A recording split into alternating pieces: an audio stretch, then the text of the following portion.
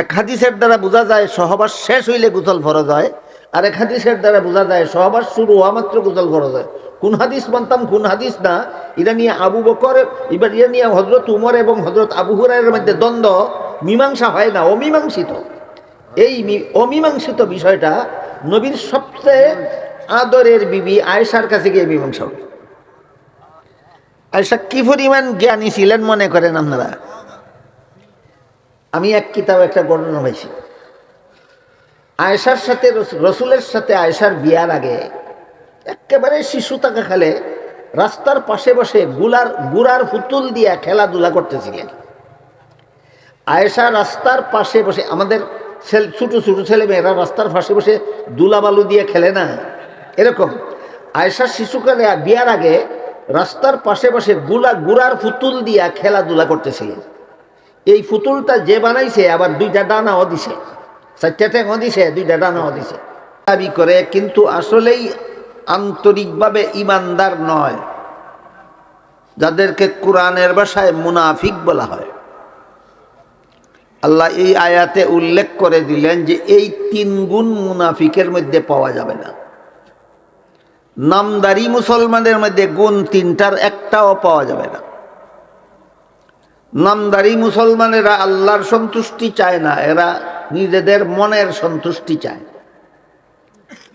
নামদারি মুসলমানেরা পরকালের জীবনকে সফল করতে চায় না, দুনিয়ার জীবনকে সফল করতে চায়।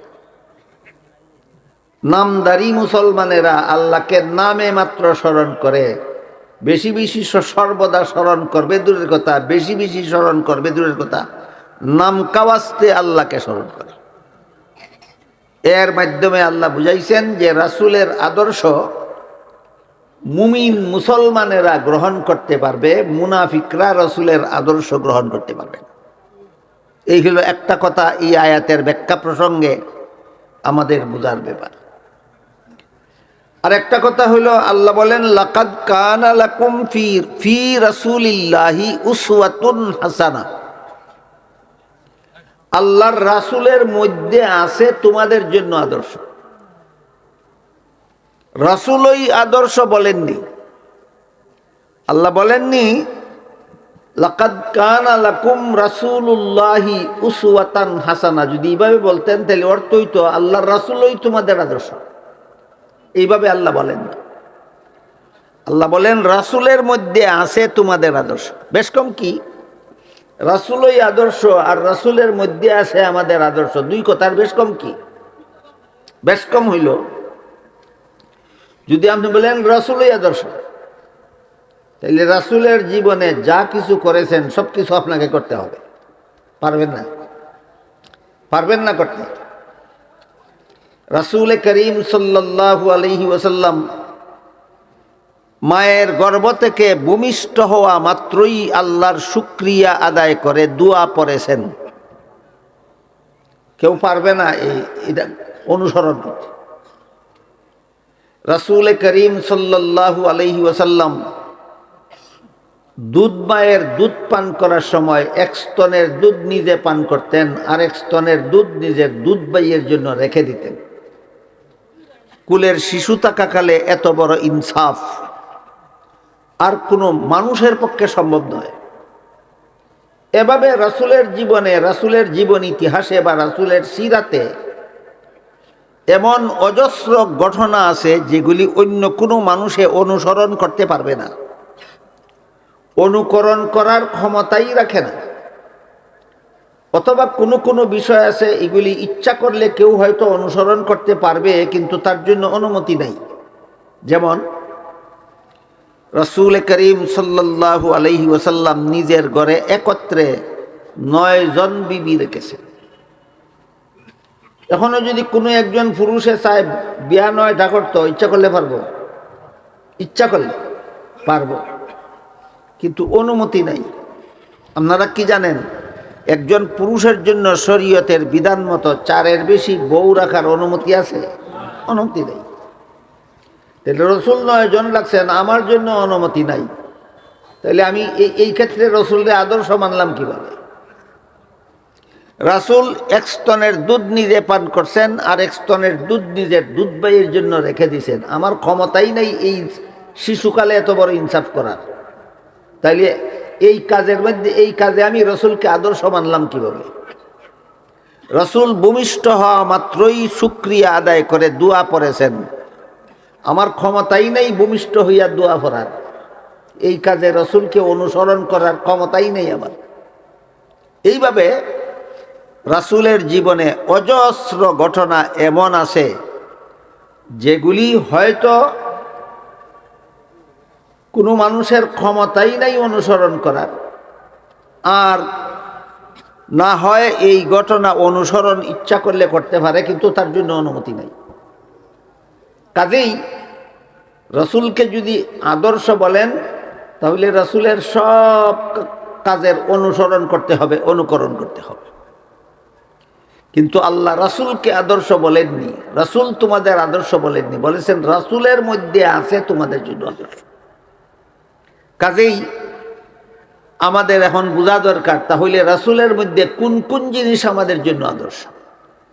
এই কথাটা বোঝার জন্য রাসূলের জীবন ইতিহাসটা মোটামুটিভাবে হইলেও ধারাবাহিকভাবে শুনলে এবং মনে রাখলে পরে বুঝতে পারবো আমরা যে রাসূলের জীবনের কোন কোন কাজ আমাদের জন্য অনুসরণযোগ্য, অনুকরণযোগ্য। রাসূল করিম সাল্লাল্লাহু আলাইহি ওয়াসাল্লামের 63 বছরের জীবন ইতিহাসকেই তার সিরাত বলা হয়, সিরাতুন নবী বলা হয়। এই সিরাতুন নবী 63 বছরের জীবন ইতিহাসের প্রধান 3টি অধ্যায় আছে। প্রথম অধ্যায় 40 বছরের, দ্বিতীয় অধ্যায় 13 বছরের, তৃতীয় অধ্যায় 10 বছরের। 40 আর 13 53 আর 10 63। এই হইল 63 বছরের জীবন ইতিহাসের 3টা অধ্যায়। প্রথম অধ্যায় 40 বছরের, দ্বিতীয় অধ্যায় 13 বছরের, তৃতীয় অধ্যায় 10 বছরের। প্রথম অধ্যায় 40 বছরে এক একটা অধ্যায়ের এক একটা বৈশিষ্ট্য আছে। 40 বছরের প্রথম অধ্যায় সিরাতুন নবীর প্রথম অধ্যায় 40 বছরের এর বৈশিষ্ট্য হলো এই 40 বছর জন্ম থেকে নিয়ে 40 বছরের ভিতরে যত কথা রাসূল বলেছেন, যত কাজ রাসূল করেছেন, এগুলি উম্মতে অনুসরণ, অনুকরণ করার জন্য নয়, শুধু আল্লাহর পক্ষ থেকে 40টি বছর পর্যন্ত রাসূলের দ্বারা এমন কতগুলি কর্মকাণ্ড ঘটানো হয়েছে যার দ্বারা বিশ্ববাসী বুঝতে পারে যে এই ঘটনাগুলি প্রমাণ করে তিনি নবী। কাজেই সিরাতুন নবীর প্রথম অধ্যায় উম্মতের জন্য শরীয়তের দলিল নয়, নবীর জন্য নবুয়তের দলিল। এই দুইটা কথা যদিও আরবি শব্দের দ্বারা গঠিত, কিন্তু আমরা একটু বাংলায় বোঝার চেষ্টা করি। নবীর জীবনের যে অংশ উম্মতে পালন করতে হয়, এই অংশটা উম্মতের জন্য শরীয়তের দলিল হয়।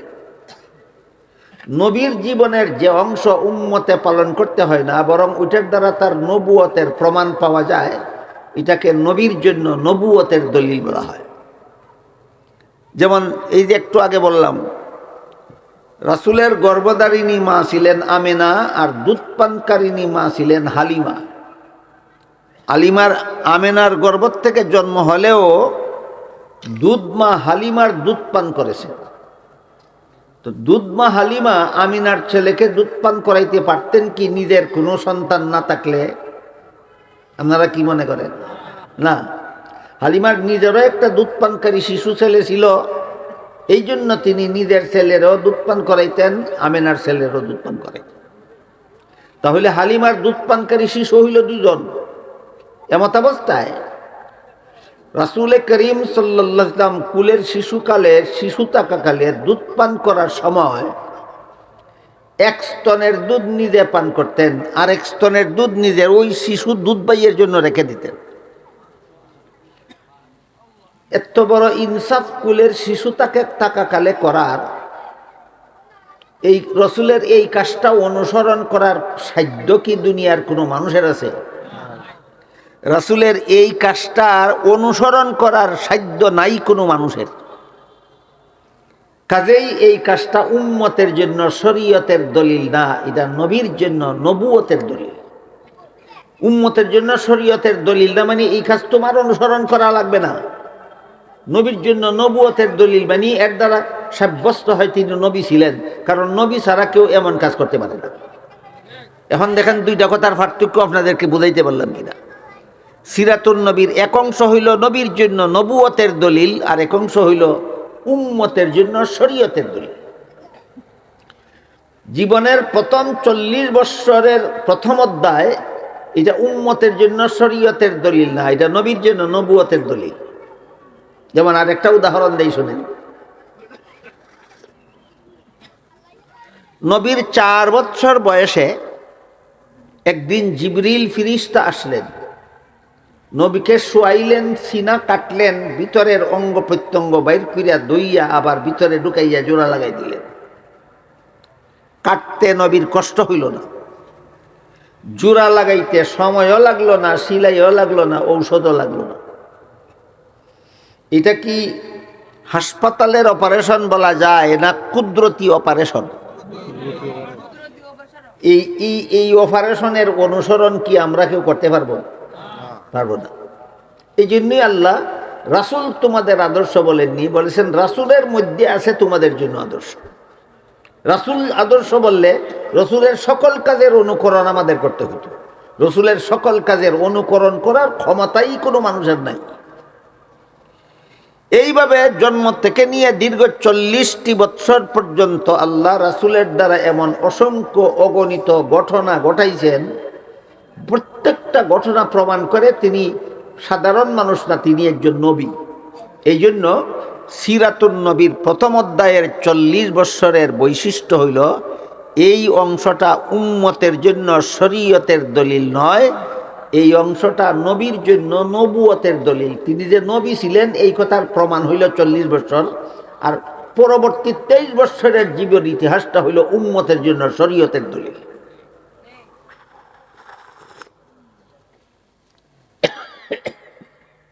এখানে একটা প্রশ্ন জাগতে পারে যে রাসূল করিম সাল্লাল্লাহু আলাইহি ওয়াসাল্লাম জীবনের প্রথম বিয়ে করেছিলেন 25 বছর বয়সে। দেখি 40-এর বাইরে গেল না ভিতরে? ভিতরে। এই 40 বছরের জীবন ইতিহাস যদি উম্মতের জন্য অনুসরণযোগ্য না হয়, 40-এর ভিতরে তো নবী বিয়া করছেন, এই বিয়া নবীর সুন্নত হইল কিভাবে উম্মতের জন্য? এইটা একটা প্রশ্ন হইতে পারে। এই প্রশ্নের জবাব হইল 40 বছরের ভিতরে নবী বিয়ে করেছিলেন, এই কারণে বিয়া করা উম্মতের জন্য অনুসরণীয় সুন্নত হইছে না। 40 বছর পরে নবী বলে দিয়েছেন আন নিকাহু মিন সুন্নতি, বিবাহ বন্ধনে আবদ্ধ হওয়া আমি নবীর সুন্নত, ওই কারণে বিয়া করা সুন্নত হইছে। তাহলে 40 বছরের জীবন ইতিহাসের কারণে সুন্নত হইল না পরবর্তী জীবন ইতিহাসের দ্বারা সুন্নত হইল? হ্যাঁ, পরবর্তী জীবনের ইতিহাসের দ্বারা সুন্নত হইল। কাজেই জন্ম থেকে নিয়ে দীর্ঘ 40টি বৎসরের জীবন ইতিহাসকে আল্লাহ পাক রব্বুল আলামিন উম্মতের জন্য শরীয়তের দলিল বানাইছেন না, নবীর জন্য নবুয়তের দলিল বানাইছেন। নবুয়তের দলিল কিরকম? আরো দিয়ে একটা উদাহরণ দিলে আরো ভালোভাবে বুঝবেন। রাসূল করিম সাল্লাল্লাহু আলাইহি ওয়াসাল্লাম কুলের শিশু থাকাকালেও উলঙ্গ হইছেন না। কোনো মানুষের পক্ষে সম্ভব সাধ্য আছে কোনো মানুষের অবুধ শিশু থাকাকালে উলঙ্গ না হওয়ার? সাধ্য নাই। তাহলে রসুলের এই কাজের অনুকরণ উম্মতে করতে পারবে না। এই জন্য আল্লাহ রাসূল তোমাদের আদর্শ বলেননি, বলেছেন রাসূলের মধ্যে আছে তোমাদের জন্য আদর্শ। আমাদের বোঝার ব্যাপার, তাহলে রাসূলের মধ্যে কোন কোন জিনিস আমাদের অনুসরণীয় অনুকরণীয়, আর কোন কোন জিনিস অনুসরণীয় নয়, অনুকরণীয় নয়। প্রথম কথা হলো জীবনের প্রথম 40 বছর আমাদের জন্য অনুসরণীয় অনুকরণীয় নয়, এগুলি নবীর জন্য নবুয়তের দলিল। দ্বিতীয় কথা হলো 40 বছর পূর্ণ হওয়ার পরেও নবী এমন কিছু কাজ করেছেন যেগুলি নবীর উপযোগী, উম্মতের উপযোগী নয়। এগুলি নবীর বৈশিষ্ট্য, নবীর জন্য খাস, উম্মতে এটা করতে পারবে না, নিষেধ। এই যে বললাম একটু আগে, 9 বিবি একত্রে রেখেছে। এটা 40 বছরের ভিতরে না, 40 বছর পরে 9 বিবি একত্রে রেখেছেন। এটা 40 বছরের পরে হইলেও এই ধরনের কাজও উম্মতের জন্য অনুকরণীয় নয়। কেন? আল্লাহর পক্ষ থেকে নিষেধ। এখানে একটা গুরুত্বপূর্ণ আলোচনা আছে, বিস্তারিতভাবে আলোচনা করার সুযোগও নাই। কেন? আজকে তো ঠান্ডা বেশি পড়ছে, আপনাদের একটু কষ্ট বেশি হবে। আর আমিও আইছি একেবারে চট্টগ্রাম থেকে, আরো অনেক দূর থেকে সফর করতে করতে, সারা রাইতে সারাদিনে সফর করতে করতে আইয়া পড়ছি। আমারও জানের অবস্থা ভালো না, আপনাদেরও মনের অবস্থা এই ঠান্ডায় ভালো থাকার কথা না। এই কারণে বিস্তারিতভাবে কইবার সুযোগ নাই। আমি একটু শর্টকাটে সংক্ষেপে আমি বলার চেষ্টা করব, যদি আপনারা একটু মনোযোগে শুনেন। 9 বিবি একত্রে রাখা রসুলের জন্য বৈশিষ্ট্য হইল কেন? এক হাদিসে উল্লেখ আছে, রসুল করিম সাল্লাল্লাহু আলাইহি ওয়াসাল্লামের শরীর মুবারকে আল্লাহ 4000 বাহাদুর পুরুষের যৌন শক্তি দান করেছিলেন। আরবি ভাষায় কয় কুওয়াতে বাহ, বাংলায় কয় যৌন শক্তি, ইংরেজিতে কয় সেক্স পাওয়ার। কোনটা কইলে বুঝবেন আপনারা? যৌন শক্তি।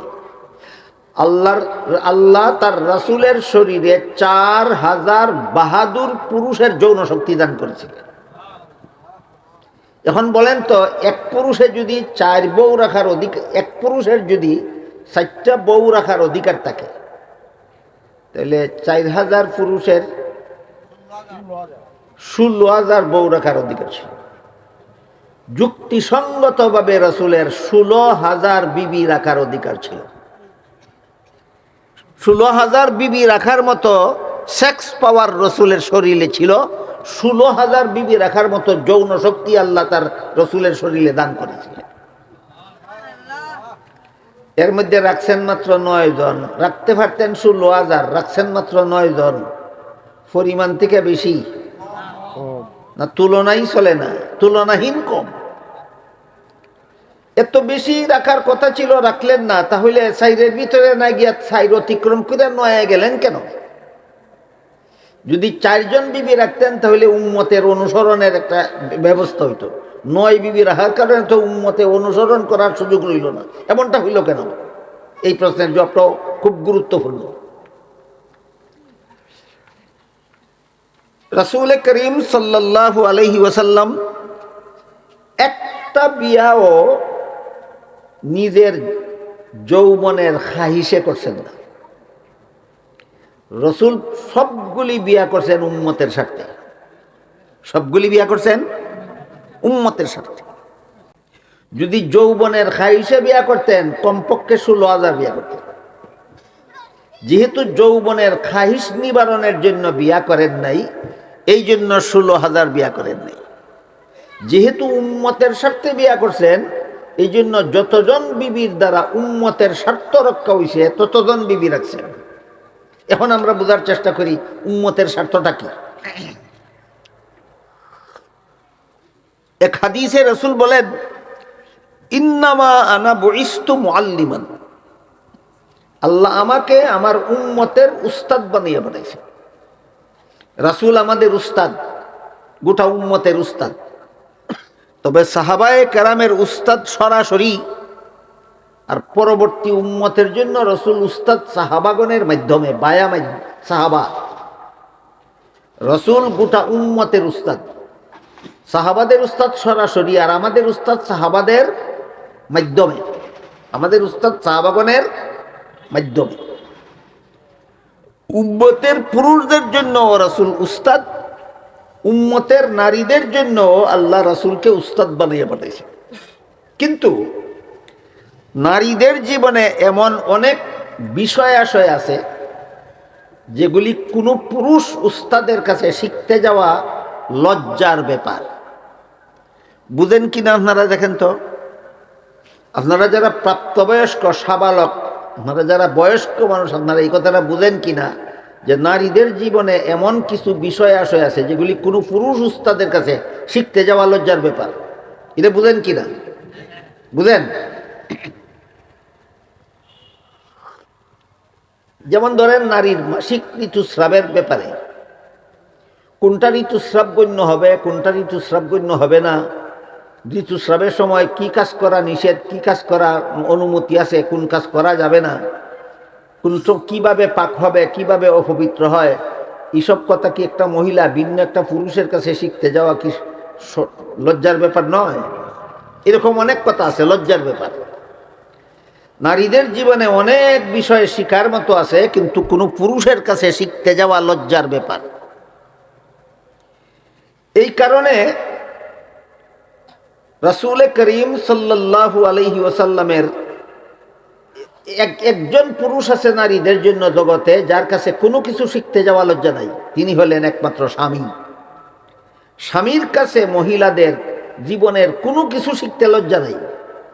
তাই রসুলের দরকার ছিল কয়েকজন বিবিকে বিয়া করিয়া যেসব বিষয় মহিলারা সরাসরি পুরুষ রসুলের কাছে শিখতে গেলে লজ্জা হবে, এই সমস্ত বিষয় সরাসরি রসুলের কাছে না শিখে রসুলের বিবিগণের কাছে যেন শিখে দিতে পারে। রসুল শিক্ষা দিবেন তার বিবিদেরকে, আর বিবিরা শিক্ষা দিবেন নারীদেরকে। এইভাবে একদল মহিলাকে বিবি বানাইয়া রসুলের সহকারী শিক্ষিকা রূপে তৈরি করার জন্য রসুল তার ঘরে 9 জন বিবি একত্রে রেখেছিলেন। বিষয়টা কি আমি আপনাদেরকে বুঝাইতে পারলাম? 16,000 বিবি রাখার শারীরিক যোগ্যতা যার ছিল, 16,000 বিবি রাখলেন না কেন? এই প্রশ্নের জবাব, রসুল যৌবনের ক্ষুধা, যৌবনের চাহিদা নিবারণের উদ্দেশ্যে বিয়া একটাও করেন নাই। 9 বিবি রাখলেন কেন? উম্মতের নারীদের জন্য একদল সহকারী শিক্ষিকা তৈরি করার উদ্দেশ্যে। 9 বিবি রাখলেন কেন? উম্মতের নারীদের জন্য একদল সহকারী শিক্ষিকা তৈরি করার উদ্দেশ্যে। আপনারা যদি মনোযোগ দিয়ে শুনেন, তে শিক্ষিকা তৈরি করার একটা মজার ঘটনা বল। রসুল কেমনে বিবিকে শিক্ষিকা বানাইছিলেন মহিলাদের জন্য। একবার একটা মাসালা নিয়ে হযরত আবু হুরায়রা রাদিয়াল্লাহু তাআলা আনহু আর হযরত উমর ফারুক রাদিয়াল্লাহু আনহুর মধ্যে ইখতিলাফ হয়ে গেল। উমরে একটা হাদিস জানেন যেটা আবু হুরায়রার জানা নাই, আবু হুরায়রা একটা হাদিস জানেন যেটা উমরের জানা নাই। তারা দুজনেই যার যার হাদিসের পক্ষে মত, যার যার মত। কোন ব্যাপারে? ব্যাপারটা হইল স্বামী স্ত্রী মিলামিশার দ্বারা যে গোসল ফরজ হয়, এটা কি তাদের মিলামিশা শেষ হইলে গোসল ফরজ হয়, না মিলামিশা শুরু করা মাত্রই গোসল ফরজ হইয়া যায়, শেষ হোক আর না হোক? এই হইল মাসালা। হযরত উমর ফারুক রাদিয়াল্লাহু আনহু বলেন, আমি রাসূল করিম সাল্লাল্লাহু আলাইহি ওয়াসাল্লামকে নিজের কানে বলতে শুনেছি, আল্লাহর রসুল বলেছেন মিলামিশা শেষ হইলে গোসল ফরজ হয়, এর আগে গোসল ফরজ হয় না। আর আবু হুরায়রা রাদিয়াল্লাহু তাআলা আনহু বলেন, আমি রসুলের কাছে শুনেছি মিলামিশা শুরু করলেই গোসল ফরজ হয়ে যায়, পরে শেষ হোক আর না হোক গোসল করা যায়। 2 হাদিস একরকম না 2 হাদিস 2 রকম? 2 হাদিস 2 রকম। উমর যেই হাদিস শিখছেন এই হাদিস মতে তার মত, আবু হুরায়রা যেই হাদিস শিখছেন এই হাদিস মতে তার মত।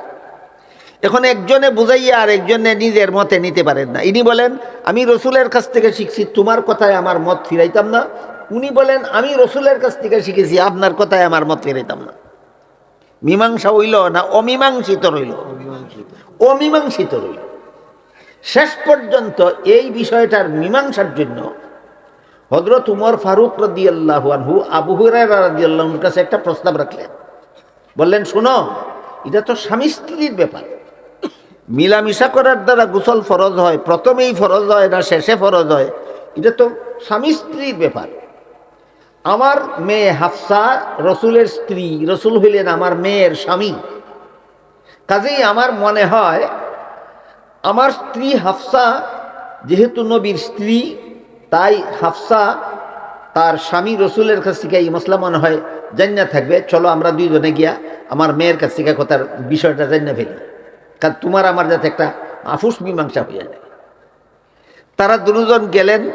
উমরের মেয়ে আর নবীর বিবি আর সারা দুনিয়ার সমস্ত মুমিন মুসলমানের মা।